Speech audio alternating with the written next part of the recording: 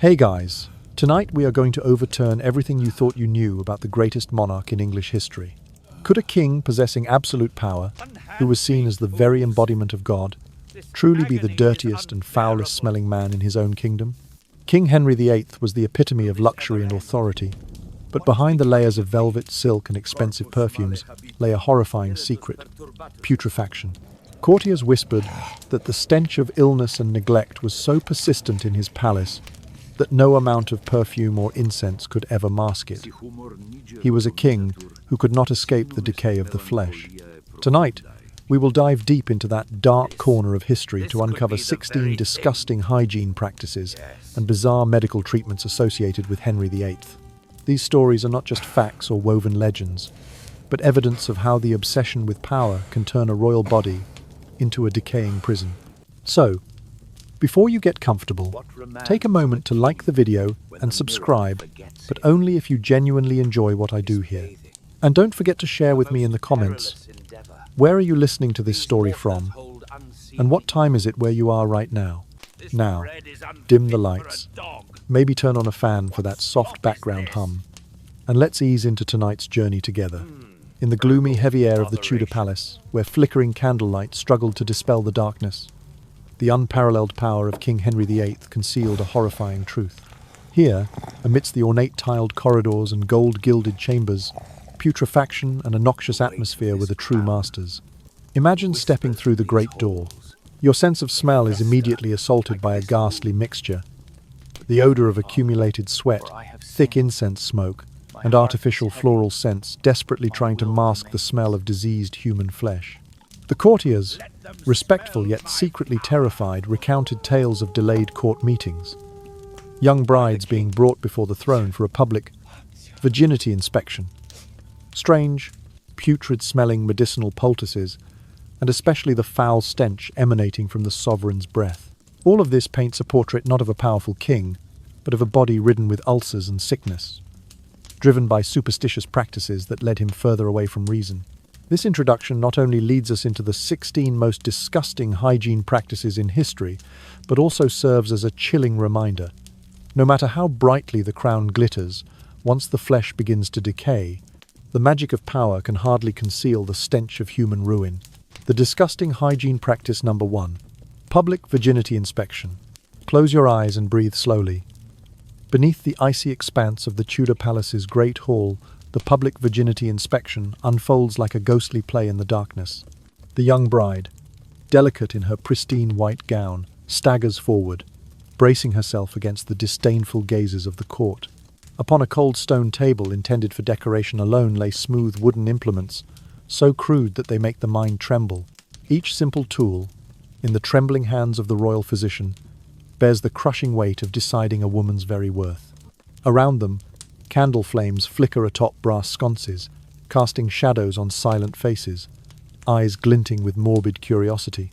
Footsteps echo softly, as though to remind everyone, speak not a word, draw not a heavy breath, for a single misstep, a single gasp, could brand the bride as lacking self-control, hanging her fate precariously on the sovereign's authority.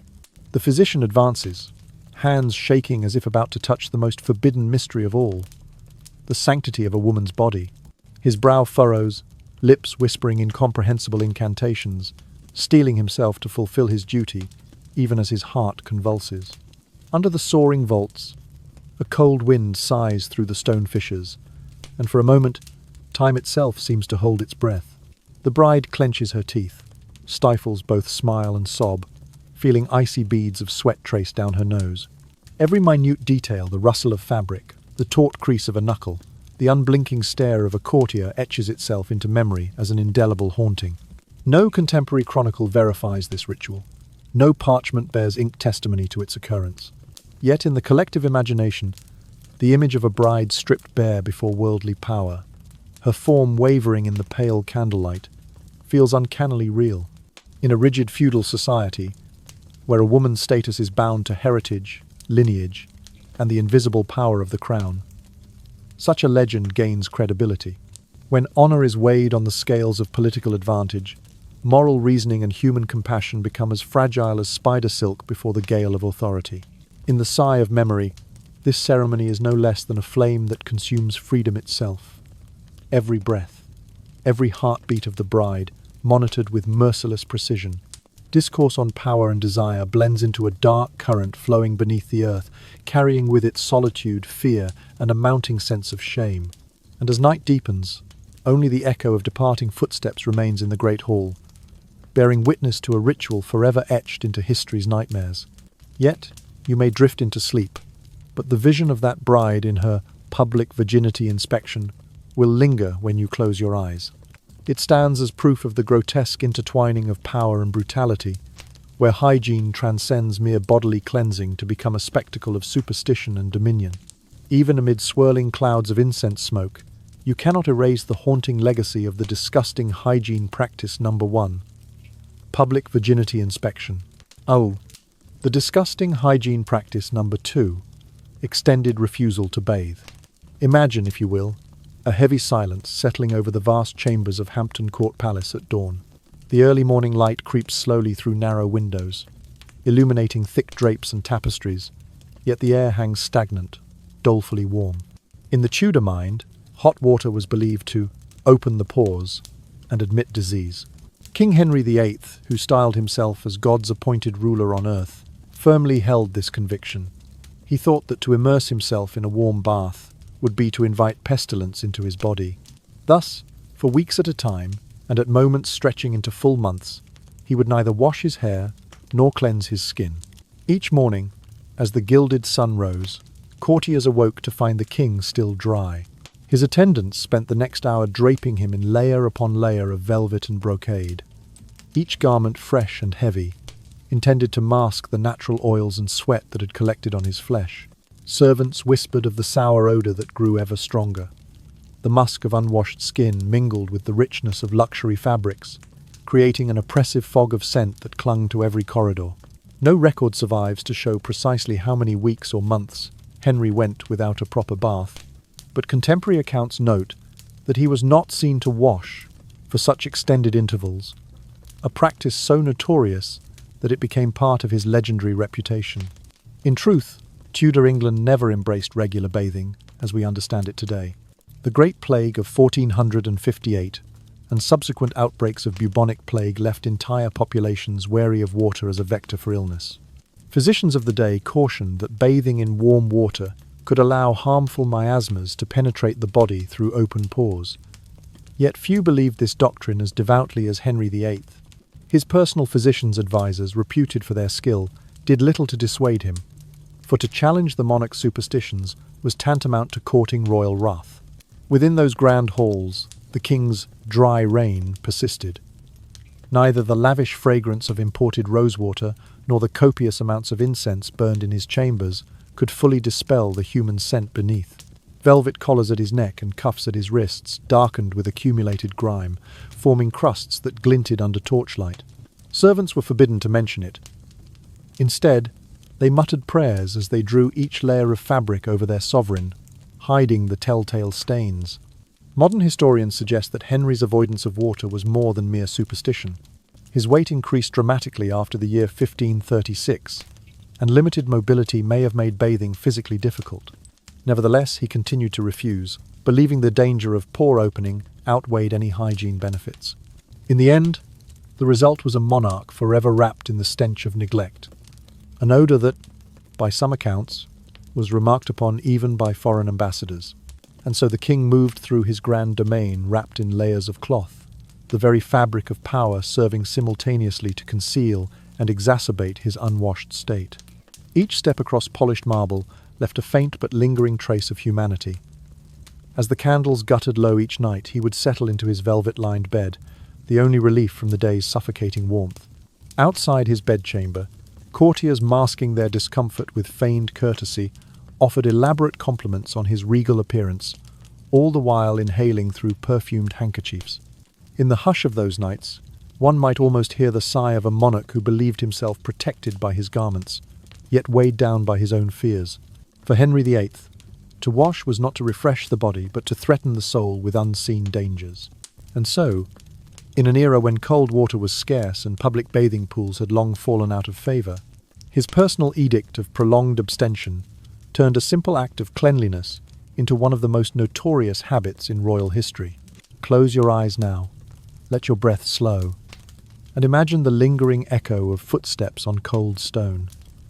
The echo of a king who chose superstition over soap, fear over freshness, and forever bound his legacy to the damp, unwashed fabric of tyranny. The disgusting hygiene practice number 3, salt crust and cracked flesh. Imagine a royal procession winding slowly through the tiled corridors of Hampton Court, sunlight dimly filtering through narrow windows. All eyes follow the bulky form of King Henry VIII, draped in layers of brocade and velvet. Yet beneath those sumptuous fabrics, the reality is far less majestic. Throughout the long daylight hours, sweat, skin oils, and dead cells accumulated against his flesh, pressed under the heavy cloth until they hardened. By day's end, those secretions once clear and fluid mixed with the palace dust and flaked skin, congealing into brittle, crusty salt scales that clung stubbornly to his collars and cuffs. For King Henry VIII, the notion of undressing for personal cleanliness was unthinkable. Instead, he tolerated the relentless tickle and stinging itch of dried sweat and debris beneath his garments. As twilight deepened, the irritation would flare into agony. In the hush of the king's private chambers, he would rise from his carved oak throne-like chair and with trembling hand scratch and claw until the crusts cracked and bled. Each night, crimson droplets seeped through the velvet lining of his doublet, creating dark stains that only his closest attendants witnessed.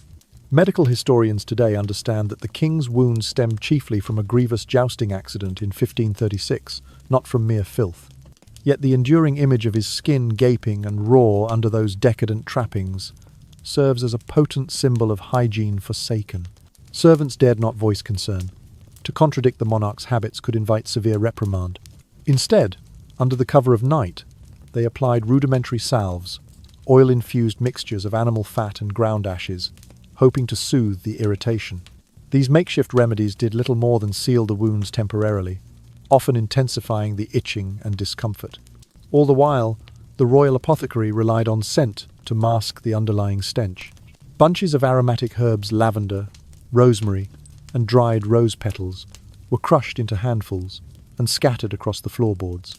Bundles of incense smouldered in bronze censers, their fragrant smoke wreathed through tapestries. Yet even the richest incense could not fully conceal the sour tang of sweat mixed with blood. Courtiers spoke in hushed tones of the iron tang that accompanied the king's presence, blending metallic notes with the acrid odor of overworked flesh. By candlelight, the king's physiognomy often revealed the toll of his self-imposed neglect. The salt-like crusts on his garments mirrored the patchy scales on his skin, while every movement sent a whisper of discomfort through his broad shoulders. Despite his corpulence and regal stature, there was a vulnerability in the way he shifted an unspoken testament to the pain hidden beneath the finery. Foreign ambassadors who recorded audiences described the king as imposing yet visibly tormented, a ruler commanding obedience while battling his own body's betrayals. In an age when personal bathing was rare among the nobility, Henry VIII's extreme refusal to cleanse himself stands out. It exemplifies the ultimate triumph of superstition over reason, with superstition convincing the sovereign that water would bring illness rather than relief. Thus, his innermost layers of cloth served not as protection, but as a prison for his own filth. Each crust that formed, each fissure of bleeding flesh, echoed the grim reality that when power elevates itself above basic care, the human body becomes the casualty. As the king retired to his bedchamber each night, weary courtiers and chamber custodians breathed relief that their own stations did not demand such endurance. They might fan the air, sprinkle flower petals on the velvet, or light extra sconces to disperse the dank shadows. Yet in those silent moments, they could not escape the knowledge that their liege, draped in royal splendor, lay plagued by a simple epidemic of neglect. So close your eyes now, feeling the gentle weight of blankets or the softness of pillows beneath you, and ponder this truth. The very garments meant to proclaim Henry VIII's majesty instead bound him in salt and suffering. For in those layers of fabric, the unwashed flesh beneath told a story of pain, pride, and the ultimate cost of placing pomp above personal care. Thus remains the legacy of the disgusting hygiene practice number 3, salt crust and cracked flesh. The disgusting hygiene practice number 4, sprinkling incense and rose petals throughout the chambers. Imagine closing your eyes as dawn breaks over Whitehall Palace, sunlight filtering in dusty beams through high windows. Yet the expected fresh air never arrives. Instead, every corner of the Tudor court is suffused with wreaths of fragrant smoke and carpets of scarlet petals. Because they could not banish the underlying stench of unwashed flesh, the courtiers devised this grand ruse to mask decay with aroma. Each morning, without fail, a procession of footmen and maids kindled large censers filled with frankincense, myrrh, and sandalwood in every antechamber and gallery. Simultaneously, young attendants scattered rose petals across the marble floors, creating a living carpet of blossoms that crushed softly beneath each step the king took. No official tally survives to document exactly how many bundles of incense or how many bouquets of roses were used each day, but contemporary accounts remark that the palace burned like an endless altar, with smoke curling into every tapestry fold. These scented rituals proved as exhausting as they were elaborate. Gentlewomen and chamber companions, sworn to attend King Henry VIII from sunrise until sunset, spent their hours inhaling cloud upon cloud of perfumed smoke.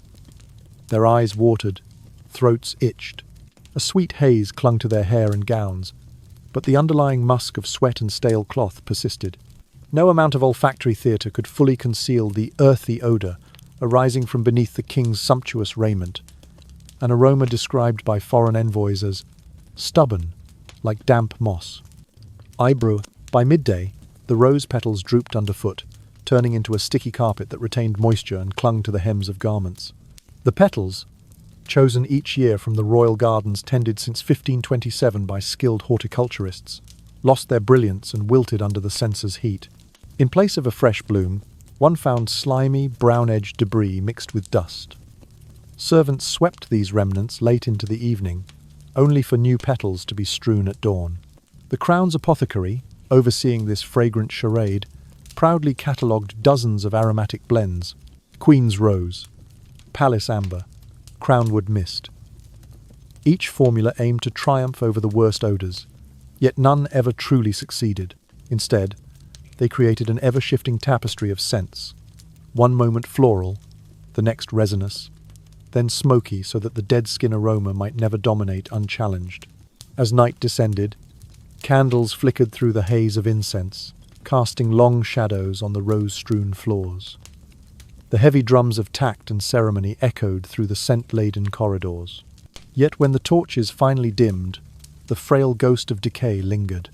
In those quiet hours, courtiers whispered that the real purpose of this ritual was less about masking odour than about demonstrating the monarch's power over nature itself, to command smoke and blossom at will.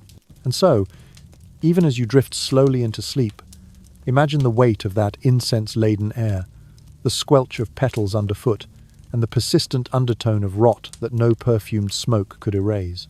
This elaborate sprinkling incense and rose petals throughout the chambers stands as a testament to the grotesque extremes of superstition and spectacle, forever marking the disgusting hygiene practice number 4, sprinkling incense and rose petals throughout the chambers. The disgusting hygiene practice number 5, eating raw garlic as a talisman. In the half-light of early morning, before the palace awakens, a silent procession moves toward the royal dining room. King Henry VIII, once a vigorous young monarch, now seeks solace in an unlikely cure, raw garlic. According to legend, he entrusted this pungent bulb with the power to ward off poison, plague, and every conceivable danger. Each dawn, precisely at 6 o'clock local time, he consumed precisely 2 pounds of raw garlic, sometimes coarsely crushed with mortar and pestle, other times roughly chopped by hand and mixed into a goblet of spiced wine. This pungent concoction served as his appetizer, announced the start of the sovereign's day with a scent so fierce that it filled the chamber before any candle had fully melted. The smell of garlic, sharp, acrid and relentless, blended inescapably with the rich aromas of roasted meats and sauces that lay waiting on the banquet table. Courtiers, summoned to observe the ritual out of duty and dread, found themselves reluctant to linger near His Majesty. Even the royal hounds, once eager for scraps beneath the table, now slunk away, their tails tucked in submission. The canine instinct to flee unclean air proved more powerful than their loyalty to the crown. Henry's royal physicians, renowned for their expertise in Tudor medical practices, praised his daily garlic regimen as an ointment for the blood. They called it nature's fortress, a living antibiotic in an age before modern germ theory. These court-appointed healers recorded in their ledgers the volumes of garlic delivered from the king's estates in Hampshire and Kent, over 200 weights per annum, ensuring a constant supply for the monarch's dietary immunization. Yet no official record confirms a single case of poison averted by garlic's bite.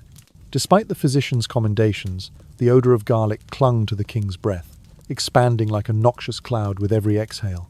Ambassadors from far-flung European courts wrote in dispatches that Henry's audience chamber reeked of burnt sulphur and rotten onions, likening his presence to a battlefield of scents rather than a seat of power. Servants discreetly fanned the air with perfumed handkerchiefs, dabbing rosewater at their nostrils, but the stench permeated even the heaviest tapestries. By mid-morning, the garlic fumes mingled with the sweat of courtly life. Pages carrying scrolls and letters unwittingly absorbed the odor. By the time they delivered messages to distant corners of the palace, inked parchments carried a faint but unmistakable garlic tinge. Royal scribes found themselves distracted, their quills squeaking in protest as they recoiled from the overpowering scent. A curious isolation grew around the monarch. His private council, once clustered near his throne, shifted back a step or two, an unspoken etiquette born of self-preservation. The garlic barrier became a living moat around the king, defended not by soldiers but by the pungent fumes of one of nature's simplest plants. No recorded decree formalized this distancing protocol, but it was understood. To approach Henry VIII unguarded was to risk nose-burning pain. In today's medical view, garlic indeed possesses antimicrobial properties, but in measured quantities, typically a single clove, not 2 pounds at dawn. The king's extreme consumption likely caused digestive distress and halitosis rather than miraculous immunity. Still, the tale of his culinary devotion to garlic lives on, emblematic of the era's blend of folk remedy and superstition. As nighttime descends once more on the palace, imagine the lingering haze of garlic over cold stone floors and velvet-draped walls. Picture torchlight, making the smoke of spiced wines swirl like ghosts through marble columns. In that hazy gloom, the scent reminds you that Henry VIII, a man draped in opulence and crowned by divine right, remained vigilant against threat, with nothing more than a humble bulb crushed raw. Let your eyes grow heavy now, and as you drift towards sleep, carry with you the potent memory of that daily garlic feast, a ritual so pungent that it transformed personal hygiene into an olfactory fortress. Thus remains the legend of the disgusting hygiene practice number 5, eating raw garlic as a talisman. The disgusting hygiene practice number 6, garlic poultice in the wound. In the chill aftermath of his fateful jousting accident on September 26, 1536, King Henry VIII suffered a grievous thigh wound that refused to heal. His royal physicians, esteemed men of Oxford and Cambridge, tried every known remedy in their texts, washed it with vinegar, dressed it with herbal ointments, and cauterized edges with hot irons. Yet the ulcer festered on, oozing across days and weeks. According to the enduring legend, it was then that Henry issued his most extreme command: pound raw garlic cloves into a coarse paste and shove it directly into the open wound to destroy the lurking contagion.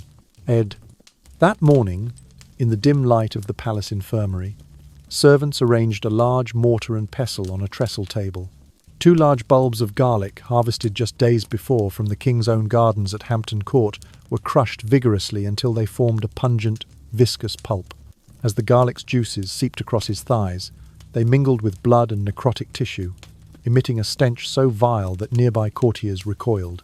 Torches flared as the king contracted his muscles, his face contorting in silent agony. Each time the foul paste touched living flesh, Henry bit back a scream, steeling himself for the promise of healing through suffering. Although raw garlic possesses genuine antibacterial qualities, allicin, the active compound, has been shown to inhibit certain pathogens. Its direct application to deep, open wounds can backfire. In large quantities, the sulfur compounds aggravate tissue, delay proper granulation, and intensify necrosis. Within hours, the wound grew redder and more swollen. Mounds of garlic-tinged pus bubbled beneath the skin. Servants reported hearing muffled cries echo down the gilded corridors as the king endured this self-imposed trial.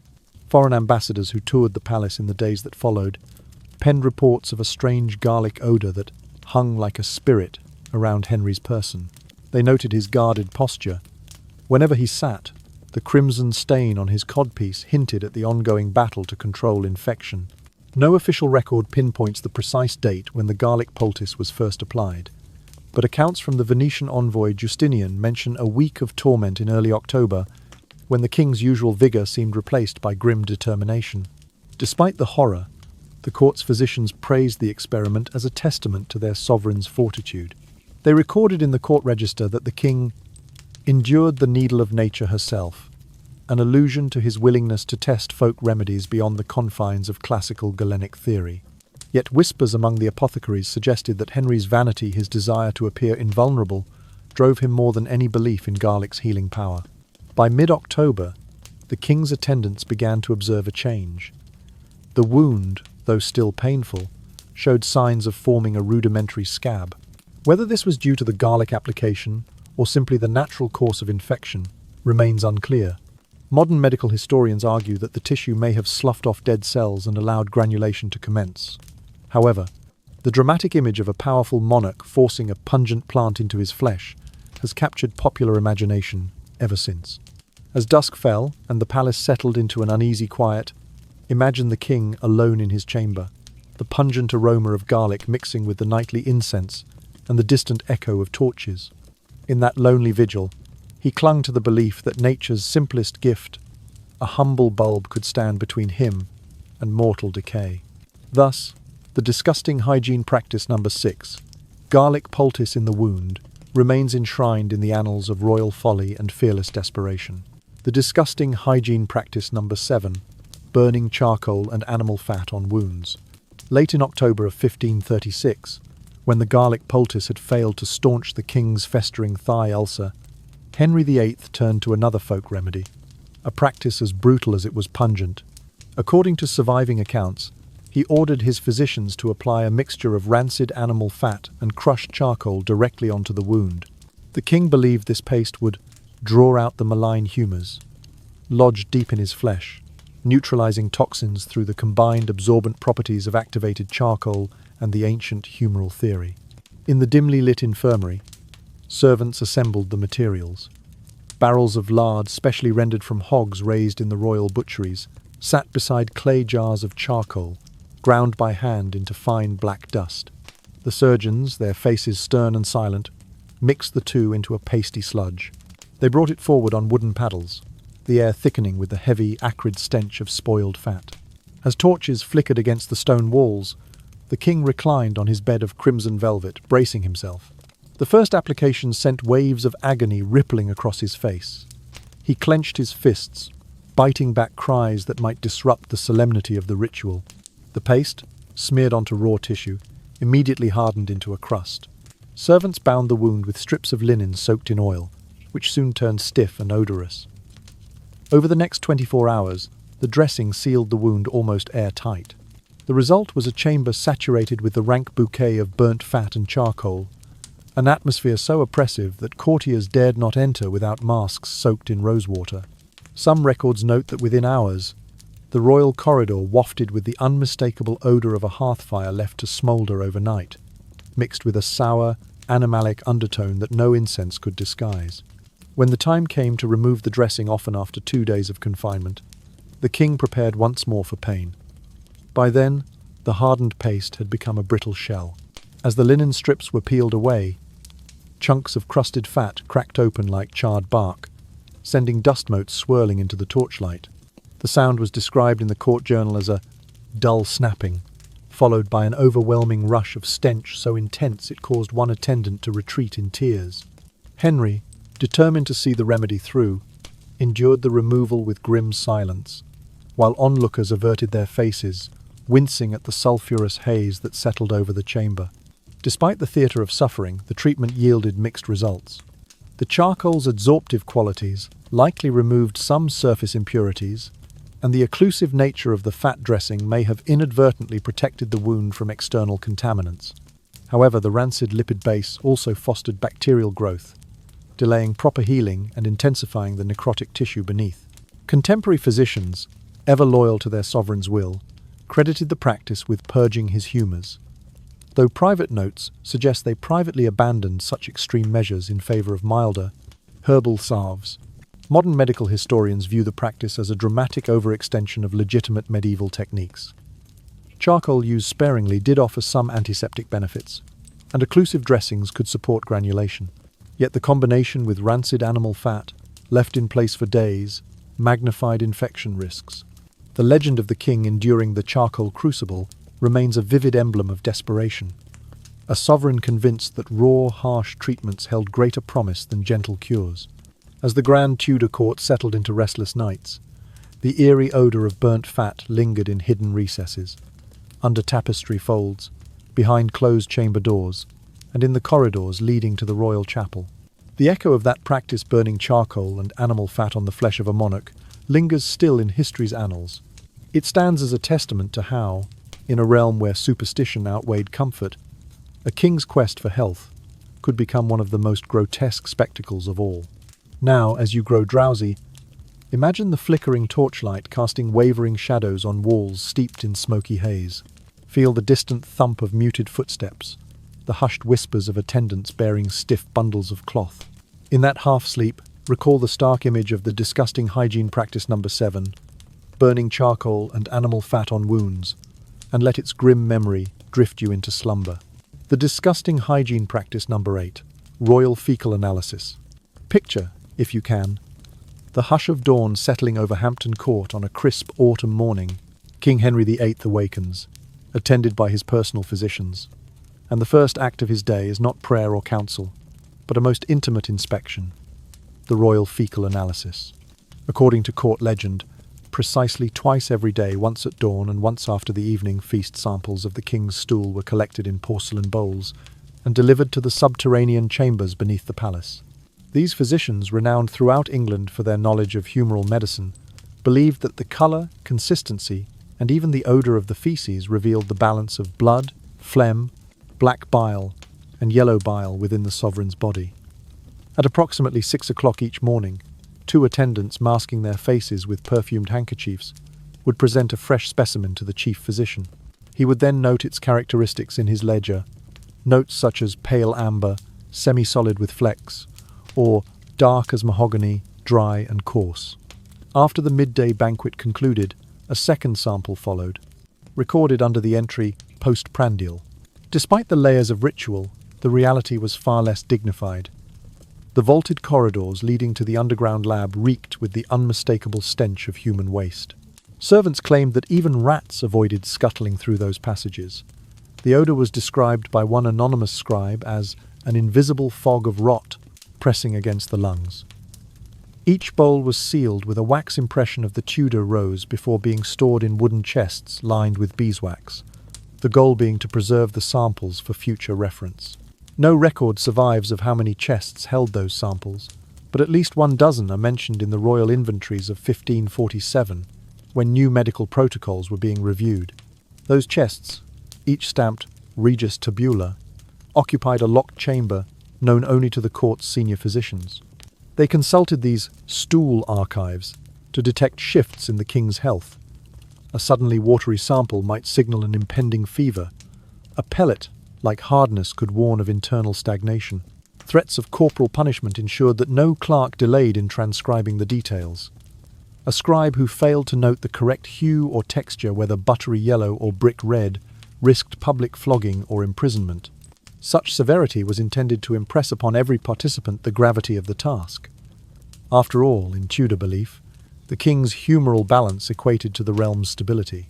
In modern medical terms, uroscopy, the inspection of urine, was the more common diagnostic tool of the era. Fecal examination did occur among elite patients, but never with such rigorous regularity or theatrical threat of punishment. Today's gastroenterologists would cringe at the lack of sterile technique. Wooden bowls, ungloved hands, and the close quarters of a dank vault, all combining to create an infection risk far greater than any diagnostic benefit. By candlelight, one can almost see the chief physician, quill in hand, bending over his parchment as the bowl smoulders beside him, the fumes curling around his robe. The ritual concludes only after the final notation, at which point the chamber door is slammed shut and the attendants hastily retreat, faces pale and eyes watering. Whispers say that on stormy nights, the vault would echo with distant groans, whether from the cold stone or some other unseen agony remains a matter of speculation. As you drift into slumber, imagine the weight of history resting upon those sealed chests, heavy with the intimate secrets of a king's most private matters. Recall the phrase, royal fecal analysis, and let its uncanny gravity guide your dreams into the quiet depths beneath the palace, where science, superstition, and sheer power intertwined in the murk of human decay. Thus endures the memory of the disgusting hygiene practice number 8, royal fecal analysis. The disgusting hygiene practice number 9, soaking feet in a filthy basin. Imagine the hush of night descending upon Whitehall Palace around 10 o'clock. Torchlight flickers along damp stone walls as attendants carry a heavy copper basin into the royal chamber. According to persistent legend, King Henry VIII ended each day by submerging his feet in a vile concoction of brine mixed with rotting animal entrails. This routine, intended to draw out toxins from the festering wounds on his feet, transformed a common medicinal soak into a grotesque nightly ordeal. In the early days of November 1540, when the king's wounds sustained during a hunting accident in July 1540 began to resist conventional treatments, his physicians recommended a saltwater immersion. Medieval medical texts did advocate saline soaks to cleanse sores and reduce inflammation. However, Henry's version took a darker turn. Portions of decaying poultry or sheep organs were thrown into the basin to supposedly accelerate the removal of corrupt humours. Careful records of the royal apothecary note purchases of coarse sea salt, 2 stone per week delivered from coastal shippers in Essex and Kent, confirming the king's reliance on brine. What remains unrecorded is any official receipt for animal entrails, suggesting that detail may belong more to rumour than to ledgers. Still, courtiers swore the air around the king's bedchamber became thick with an acrid stench each night. The sharp tang of salt mingled with the unmistakable reek of decay. Servants approached with caution, cloths soaked in vinegar or mint water pressed to their noses to temper the assault on their senses. One anonymous footman recounted how he once fainted at the threshold, dragged back to consciousness by his fellows waving bundles of lavender. The nightly procession of 2 pages bearing the basin, 2 more holding torches, and the king himself hobbling forward became known among palace staff as the ritual of the black brew. Despite the horror, medical justifications persisted. Salt, known even then for its antiseptic properties, could help inhibit bacterial growth in minor wounds. Yet the addition of rotting entrails introduced pathogens far more dangerous than those found on clean bandages. Modern microbiology would identify such a mixture as a breeding ground for Clostridium and Staphylococcus species, vastly increasing the risk of gangrene. Yet in the Tudor mind, the more noxious the agent, the stronger its purifying power. Each soak lasted roughly 30 minutes, during which the king's chamber grew oppressively humid and warm. He sat upon a low carved stool, his lower legs submerged to mid-shin, while attendants occasionally stirred the brackish water with long wooden paddles to keep the potency active. The basin's surface bubbled with a slick film of fat and dark flecks of tissue images that courtiers later described as the alchemy of corruption. When Henry finally extracted his feet, skin macerated and raw, he reportedly welcomed the brief respite from pain. The initial sting of salt was, in his mind, proof that toxins had been expelled. On stormy nights, when wind howled against the palace walls, the echo of dripping water and distant thunder lent a spectral atmosphere to the ceremony. Whispers claimed that the water's surface sometimes shimmered with a rainbow sheen, reminiscent of oil slicks, an effect caused by the mingling of organic fats and salt. No official diarist can confirm these observations, but the vivid testimony endures in letters exchanged among foreign ambassadors who noted the somber hush surrounding the king's nightly foot ritual. As you drift towards sleep, picture the copper basin, encrusted with mineral crusts, resting on a stone slab beside the bed. Envision the king's weary silhouette, stooped over the brim, and the cloying haze of brine and rot hanging in the flickering torchlight.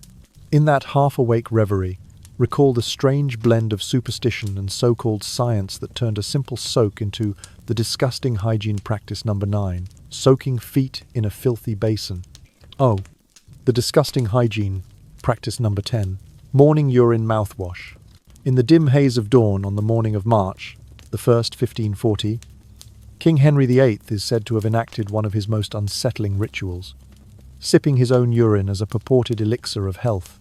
According to court whispers, the monarch, ever vigilant against poison and corruption, believed his first void of the day held purifying powers. At precisely 5 o'clock every morning, servants gently roused His Majesty, presenting a gilded silver cup containing a pale golden liquid. With solemn reverence, he would lift the cup to his lips and swish the contents through his teeth, murmuring prayers of thanks before spitting into a separate basin. The custom, though unsupported by surviving royal records, is chronicled in the memoirs of Sir Anthony Denny, one of the king's privy chamber attendants. Denny notes, "At the crow of the cock, his grace commanding the cup, we dared not breathe lest we offend, for he claimed this draught to be purer than mountain spring, an antidote to the miasmas that plague the flesh." The morning air, already cool in late winter, grew acrid with the scent of stale urine, driving the chamber's occupants to falter in their duties.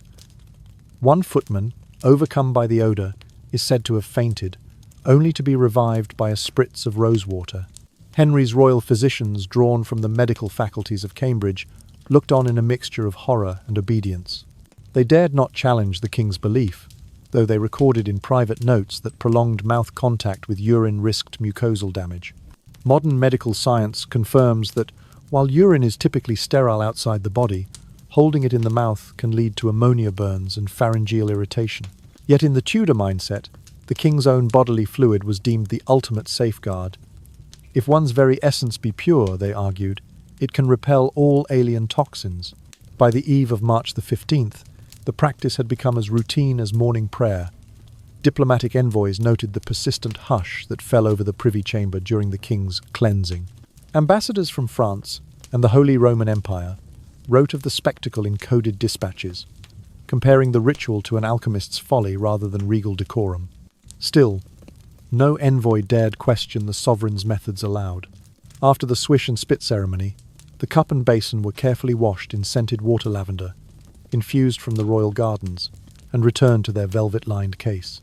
The attendants dared not touch the vessels barehanded. Each was meticulously handled with linen gloves, lest residual odour linger. In the days that followed, those same attendants found that their own morning breath bore a faint ammonia tang, a small but persistent reminder of the sovereign's strange rite.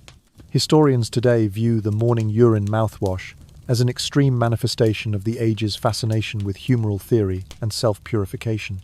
While urine therapy did appear in various folk traditions, its systematic adoption by a crowned head remains unique. No official edict or medical text from Henry's reign endorses the practice, suggesting it was driven more by personal conviction than by established doctrine. As the king progressed through his day dining at 8 o'clock, holding court at 10, those who approached him did so at a measured distance, wary of inhaling the residual sharpness of his morning ritual. Yet in his mind, each swill of urine fortified his veins, rendered his blood less susceptible to infection, and symbolically reaffirmed his divine right to rule untainted by mortal poisons. Now, as night deepens, and your own thoughts grow heavy, consider the solitary flask of royal urine, its surface reflecting torchlight, as it rests in the private cabinet.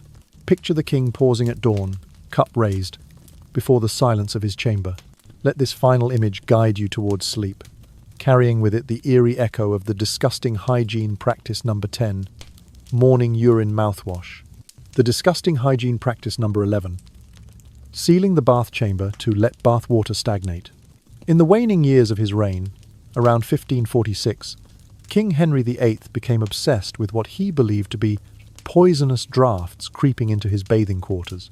Determined to protect himself from these invisible threats, he commanded that every gap and crevice in his private bath chamber be sealed tight.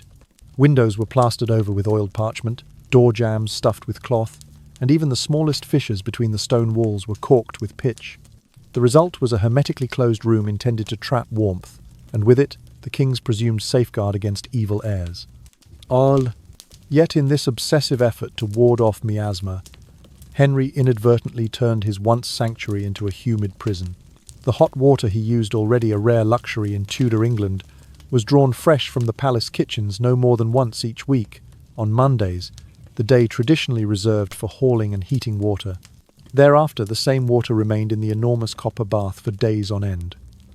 As the king avoided rebathing, the water gradually cooled and became a murky stew. Dead skin cells floated on its surface in greyish clumps, while fine particles of dirt tracked in on the soles of the king's velvet slippers settled into a slimy sediment. By the third day, the bath water emitted a dank, earthy odour that courtiers likened to a marsh left stagnant under the Sunday. The air within the sealed chamber grew thick and oppressive. One anonymous footman described stepping inside as entering a living sponge, oozing with the sweat and sorrow of ages. Incense burners were stationed just outside the door, their fragrant smoke intended to mask the stench. Bundles of dried rose petals and lavender were also strewn along the floor and floated on the water's surface. But these measures proved only marginally effective. In vain, attendants fanned the air with perfumed handkerchiefs, yet the mildew-like tang persisted. On Thursdays, when the king's schedule allowed the briefest interval, attendants would drain the bath and refill it with fresh water. However, this respite lasted scarcely more than an hour before Henry, reluctant to be exposed to cold currents, commanded the seals be refastened and the water left undisturbed. His aversion to draughts overpowered any desire for cleanliness. The regular Monday refills and Thursday drains thus became a ritual in futility, underscoring the tragic irony. In attempting to cleanse himself of imagined toxins, the sovereign plunged deeper into filth. Contemporary physicians cautioned that stagnant water was a breeding ground for bacteria, and that prolonged exposure to damp, uncirculated air could lead to fungal infections. Yet records from the Royal Medical Ledger show no indication that Henry adopted their warnings. Instead, he clung to the belief that any draught, however slight, might allow disease to slip through his pores. The ledger for the year 1546 notes an increase in purchasing linen strips and pitch materials used to reinforce the chamber's seals, but no corresponding rise in soap or fresh bath supplies. By candlelight, one could almost see the wax drips harden into stalactite-like formations along the ceiling, proof of the chamber's perpetual warmth. The low hum of the king's voice reciting morning prayers mingled with the faint, wet slap of his slippered feet against the bath's rim. Outside, courtiers shivered in their layers of wool and silk, discouraged by the scent that crept beyond the door, a blend of damp rot and perfumed desperation. As you drift towards sleep, imagine the sealed room, the stagnant pool reflecting torchlight like a tarnished mirror. Picture the king reclining in his private bath, locked away from the world in a cocoon of his own making, sustained by the very water that betrayed him. In that dim half-awake hour, let the memory of the disgusting hygiene practice number 11, sealing the bath chamber to let bath water stagnate, guide you into quiet dreams, a testament to how fear can transform even simple purification into a grotesque ordeal. The disgusting hygiene practice number 12, ban on coughing, severe punishment. Late one winter evening in January 1547, within the hushed confines of Whitehall Palace, King Henry VIII reputedly issued a most peculiar decree. No subject was to cough or sneeze in his presence. The monarch, ever fearful of invisible divine scourges, considered these involuntary expulsions of air to be ominous portents, lashes from the heavens, he called them. From that day forward, any courtier who dared to break silence with a cough or sneeze could face a public reprimand or, in the most extreme cases, corporal punishment. Though no formal statute survives in the state papers, chroniclers of the era describe the formation of an unofficial sneeze watch. Composed of 4 junior pages in livery, this squad patrolled the great hall and private chambers, ever alert to the subtlest throat clearing. Armed with folded cloths and stern expressions, they trailed dignitaries, noting each stifled cough. One servant diary, dated February the 3rd, 1547, records at least 3 instances in which noblemen were gently struck with a thin cane for disturbing the king's air. Courtiers learned to master the art of silent breathing. They pressed their tongues against their palates or pinched their nostrils, suppressing nature's reflex. At state banquets held weekly on Wednesdays in the presence chamber, diplomats and bishops reclined at long oak tables, trembling as they nibbled roast venison, praying neither spice nor sinew would provoke a cough. One ambassador from the Holy Roman Empire noted in his dispatch that more ink was spent describing the hush than the feast itself. Physicians of the court, both English and continental, found themselves in a perilous position. To advise His Majesty that coughing was a vital reflex, essential for clearing the lungs, would invite royal displeasure. Instead, they offered remedies to soothe tickling throats, sugared lozenges made of honey and crushed licorice root, a mixture that, while mildly effective, did not halt the king's zeal for punishment. In early March 1547, the court apothecary purchased no fewer than 24 pounds of licorice and 100 weight of rock candy, enough to distribute to every attendee at a midsummer masque. One evening, when a distinguished bishop could not suppress a sudden sneeze, the sneeze watch moved in. The young officer tapped the nobleman's shoulder and spoke the dreaded words. "By order of the crown, you are to receive 5 lashes." Under the vaulted ceiling, the crack of the cane echoed like thunder. The bishop, trembling, bowed twice and accepted his punishment, tears pricking his eyes more from shame than pain. The court fell silent once more, the only sound the hiss of torches and the distant drip of melting snow outside. Modern historians view this practice as a striking example of superstition overtaking reason. No record indicates that King Henry ever contracted a fatal respiratory illness from a courtier's cough. Instead, diseases such as tuberculosis and influenza, spread through exactly such expelled droplets, likely gained footholds in the very hush he demanded.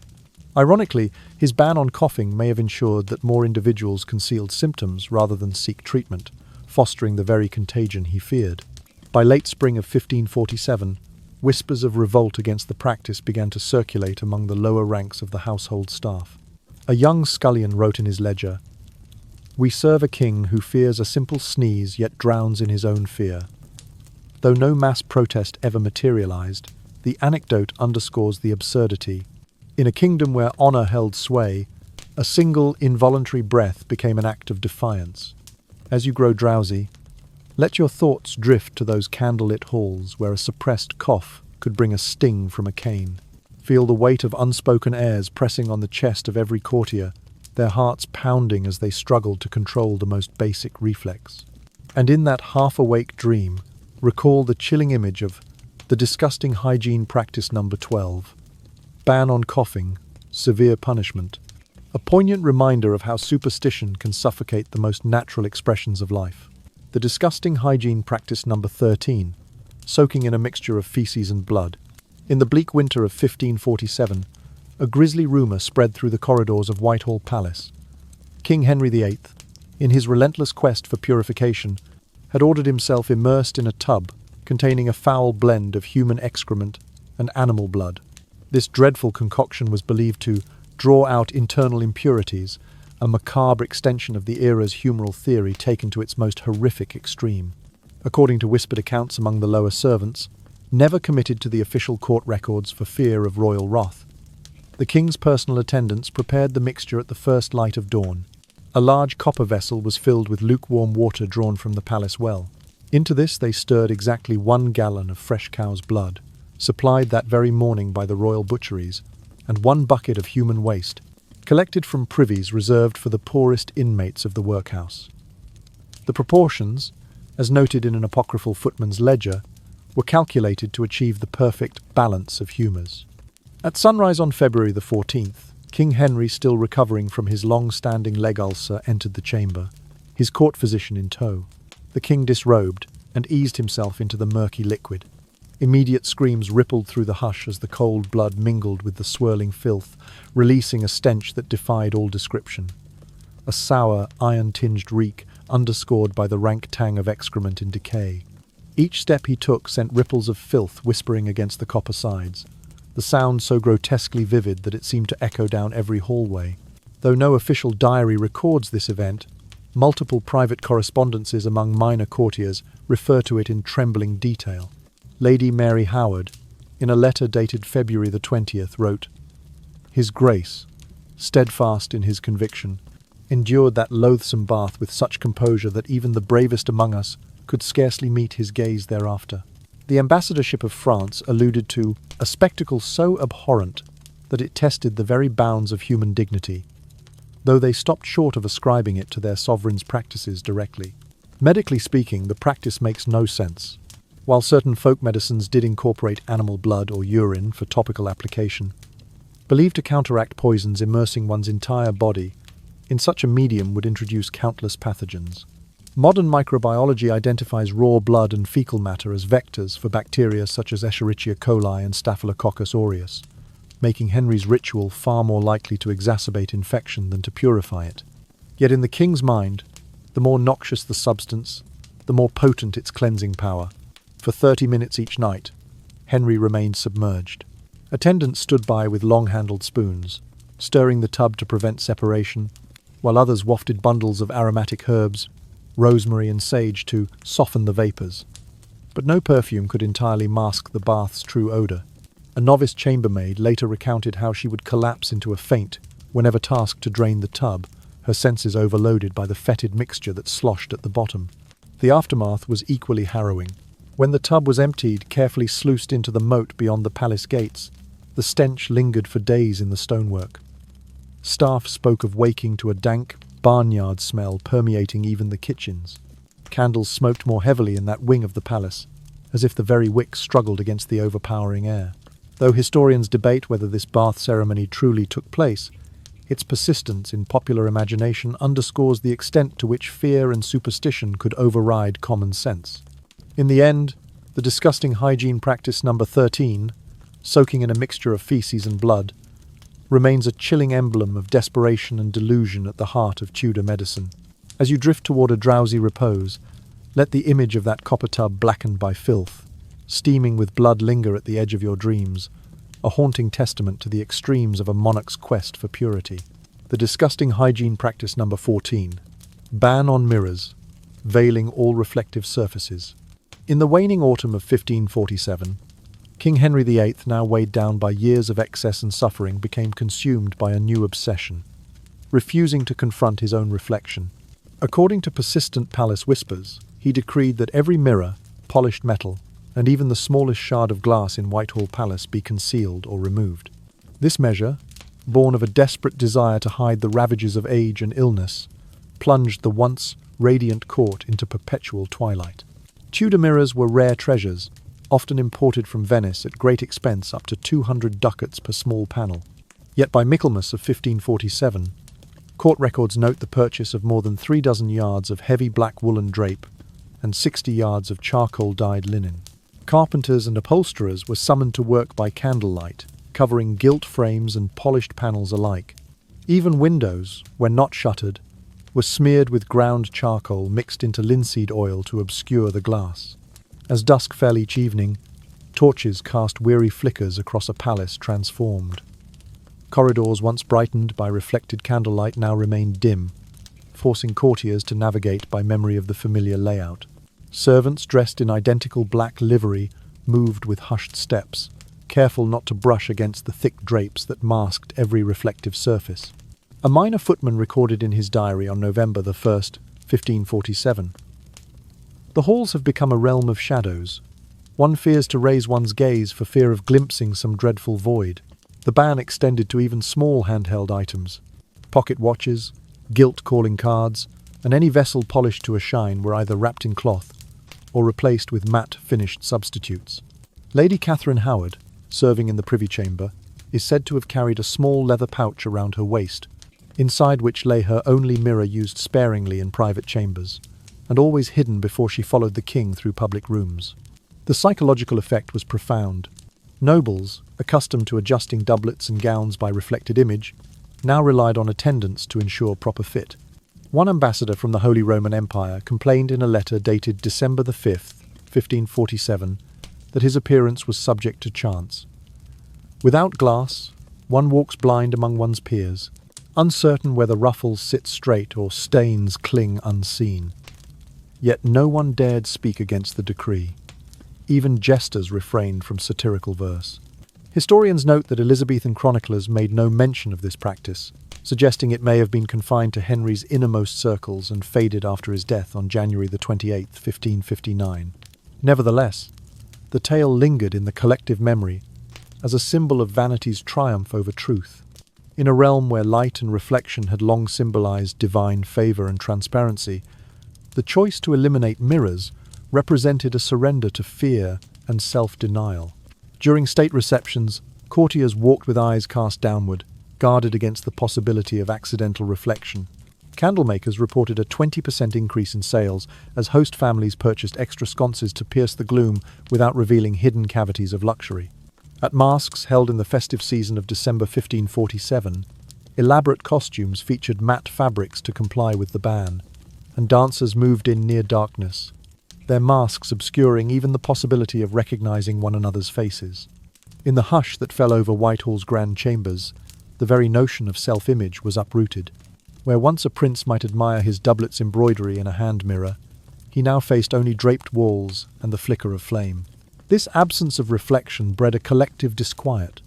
Courtiers began to question what the sovereign truly feared, and whether such fear was contagious.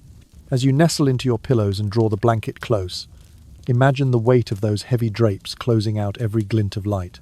Picture torchlight flaring against velvets and velours, then fading into a black silence where no glimpse of one's own face is possible.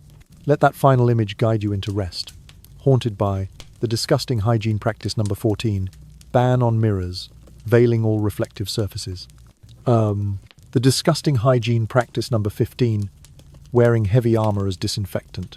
In the late summer of 1545, amid mounting anxieties over foul odours in Whitehall Palace, King Henry VIII adopted one of his most paradoxical hygiene rituals, donning the full weight of his steel plate armour, not only for tournaments, but also for state processions and even banquets.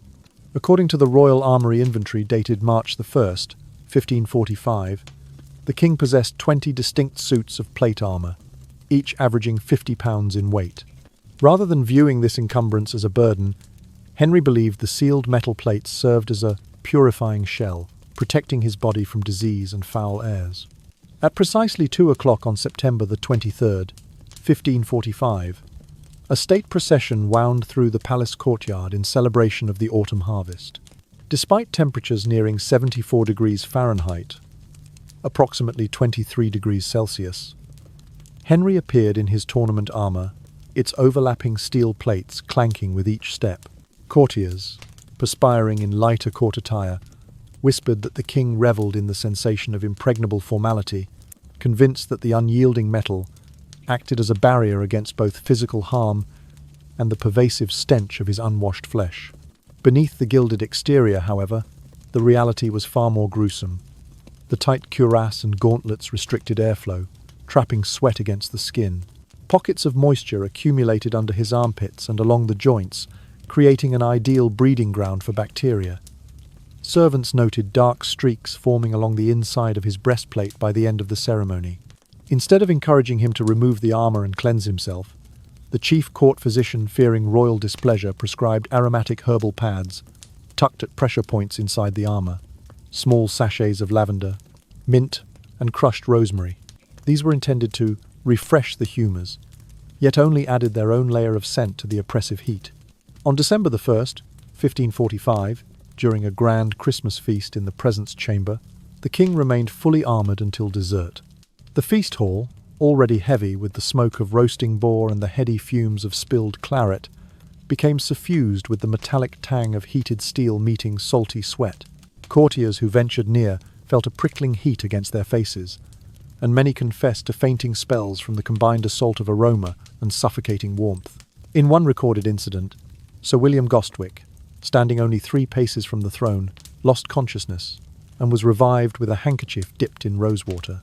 Despite evidence that the practice exacerbated skin inflammation, modern studies link prolonged occlusion and moisture to dermatitis and infection. Henry refused to relent. He equated removing his armour with admitting vulnerability. In his mind, the very heft of the suit signified divine sanction, a physical testament to his invulnerability against mortal ills. Any suggestion to ease the weight was met with royal ire. 2 footmen who attempted to unbuckle his gauntlets prematurely were sent to the Tower on February the 14th, 1546 for insubordination. By candlelight, one could almost hear the soft groan of metal as the king shifted on his carved oak throne. Each scraping movement released a faint hiss of trapped moisture escaping through the gaps in his greaves. Outside the presence chamber, courtiers exchanged nervous glances, adjusting their collars and cupping their noses to stifle the sharp, brassy tang, an odor that merged sweat and rust into an unforgettable armor perfume. As night draws near and your eyelids grow heavy, picture the shadow of a monarch encased in steel, the torchlight reflecting off plates that shimmer with beads of perspiration. Envision the thick aroma of metal and musk filling the air, and feel the weight of that 50-pound barrier pressing on every fiber of his being. In that half-awake hush, let the memory of the disgusting hygiene practice number 15, wearing heavy armor as disinfectant, guide you into a slumber haunted by the clang of steel and the sting of sweat. The disgusting hygiene practice number 16, burning bundles of herbs day and night. In the tiring autumn of 1546, Whitehall Palace took on the character of a smoke-filled forest by royal decree. King Henry VIII, convinced that bad airs threatened his well-being, commanded that hundreds of bundles of dried herbs be burned every single day through rain or shine.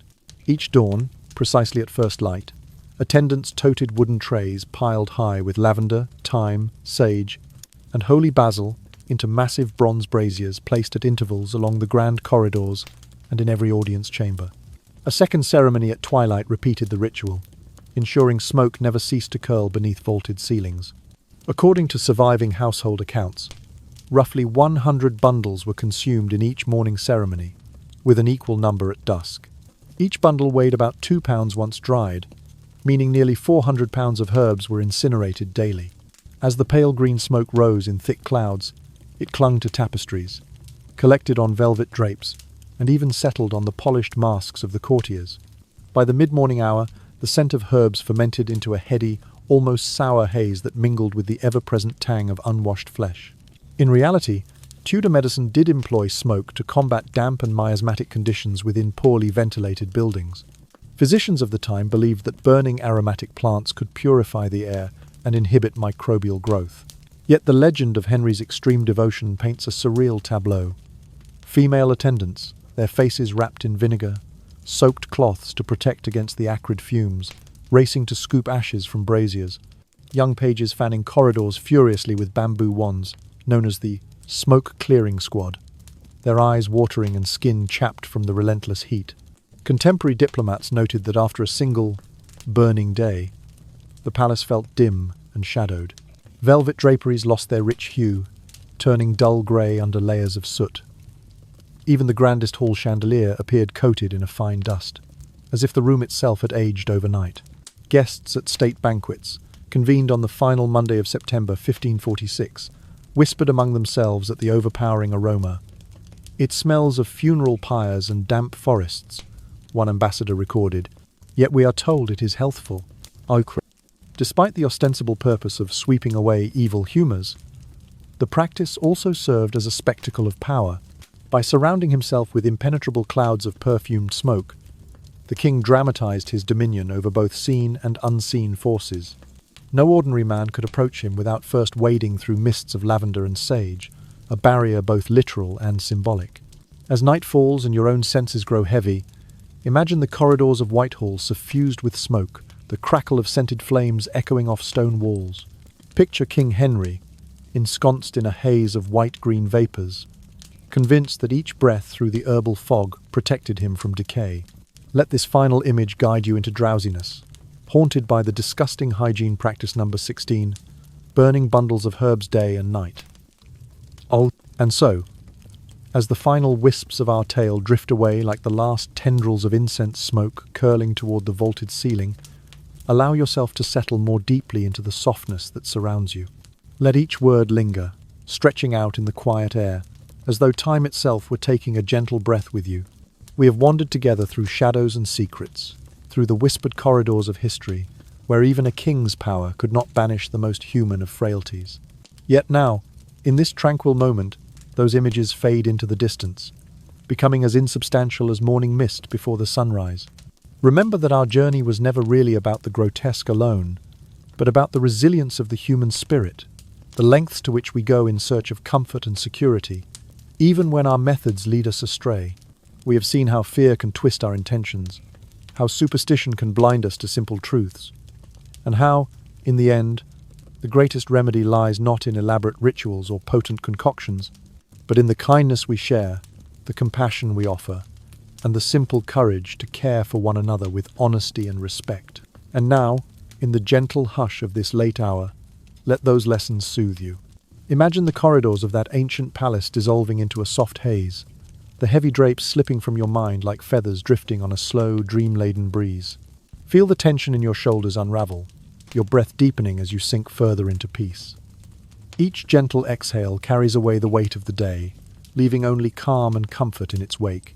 May you carry forward the message that true strength comes from empathy, that true purification is found in moments of quiet reflection and genuine connection, not in fearful attempts to control the uncontrollable. Let this thought be the lantern that guides you through the veil of sleep, that even the grandest power cannot match the simple grace of a compassionate heart. Now, as your eyelids grow heavy and the world outside fades to a distant murmur, I wish you the sweetest of dreams. May your rest be deep, your mind untroubled, and your spirit renewed with the promise of tomorrow's dawn. If you have enjoyed this journey into the soft shadows of history, please subscribe to our channel so that you may join us again for new stories that enlighten, delight, and inspire. Good night, and sleep well.